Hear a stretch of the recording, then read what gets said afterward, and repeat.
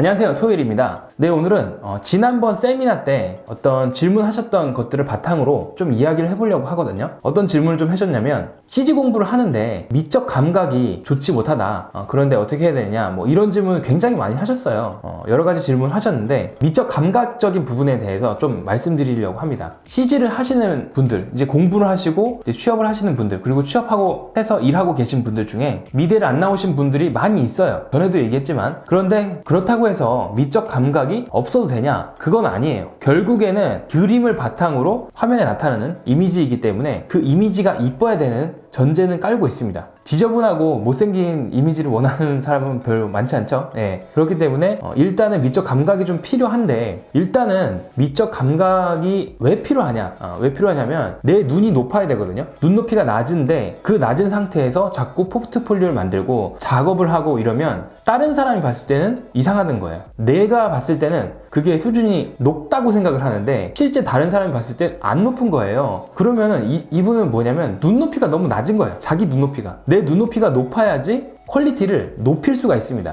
그런데 그걸 못하고 계속 퀄리티가 떨어지는 작품만 만들게 되는 이유는 결국에는 내 눈높이가 너무 낮기 때문이에요. 그렇기 때문에 이 눈높이를 올려야 된다는 말씀을 드리는 겁니다. 회사에 가서도 마찬가지예요. 눈높이를 계속 높여야 돼요. 그러지 않으면 다른 사람이 봤을 때 야, 이게 뭐냐라고 얘기를 하게 되는 거죠. 그러니까 공부를 하실 때도 마찬가지고 취업을 해서도 마찬가지고 눈높이를 높이기 위해서 필요한 것들을 하셔야 됩니다. 일단 첫 번째 필요한 것들을 말씀드릴게요. 눈높이를 높이기 위해선 많이 봐야 된다고 했습니다. 전에도 미술 작품들을 많이 보셔야 됩니다. 여하튼 간에 미술 분야이기 때문에 미적으로 괜찮은 작품들, 잘 만든 작품들을 가릴 것 없이 다 보셔야 돼요. 패션도 그렇고 어떤 건축물도 그렇고 그리고 누군가 만든 조형물도 그렇고 그런 미적 감각이 담겨 있는 작품들을 많이 보셔야 됩니다. 그림도 그렇고 그런 작품들을 많이 보고, 그리고 두 번째, 내가 본 것들을 그림을 그리는 연습을 좀 하시는 게 필요합니다. 드로잉을 하시는 필요가 있어요. 그냥 내가 눈으로 보기만 해서는 한계점에 도달합니다. 그냥 눈여기로 보고 끝나는 경우가 있어요. 눈으로 볼 때도 물론 분석해서 보겠지만 실제로 내가 그걸 따라서 그림을 그린다, 모사를 한다,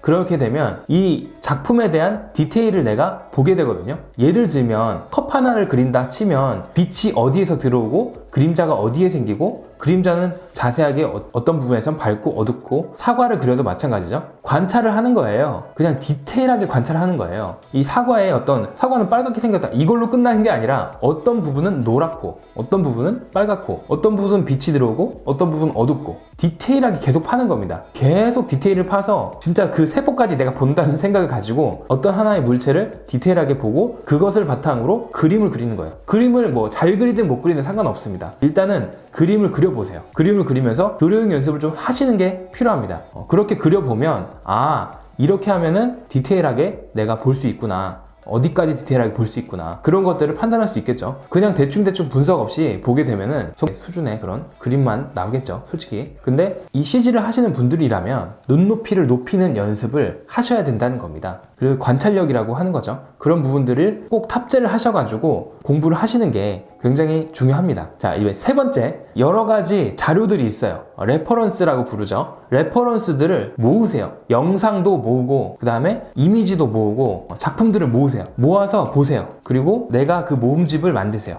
그 모음집 만들 걸 가지고 내가 지치고 힘들 때마다 그 모음집을 쭉 보세요. 잘 만든 것들, 영화도 보고, 그러면서 내가 디테일하게 미적 감각을 키우기 위해서 분석하면서 보시는 거예요.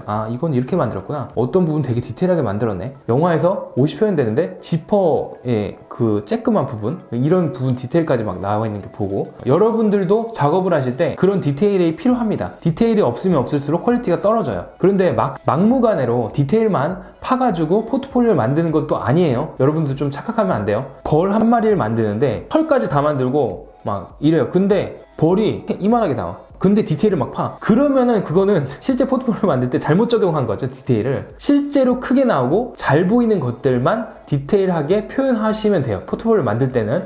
도리어 멀리 있는 거는 러프하게 간단하게 모형으로 만들고, 그 다음에 앞에 있는 거 그리고 잘 보이는 것들을 점점 디테일하게 만드셔야 돼요. 그러니까 뭐 디테일 파는 거는 그런 식으로 적용을 하면 된다는 거 말씀드렸고요. 그래서 이렇게 좀 3가지 정도 말씀드렸어요. 뭐 제가 말씀드린 부분 외에도 여러 가지 미적 감각을 키우는 방법들이 있을 겁니다. 많은 경영자들이 그런 관련된 팁을 가지고 계시니까요. 아시는 분들도 많이 올려주세요. 난 이렇게 미적 감각을 올렸다. 이런 댓글을 올려주시면 좋을 것 같아요. 네, 아무튼 오늘은 여기까지 해서 마치도록 하겠습니다. 좋아요, 댓글, 구독, 조댓글 부탁드리고요. 네, 제작하세요.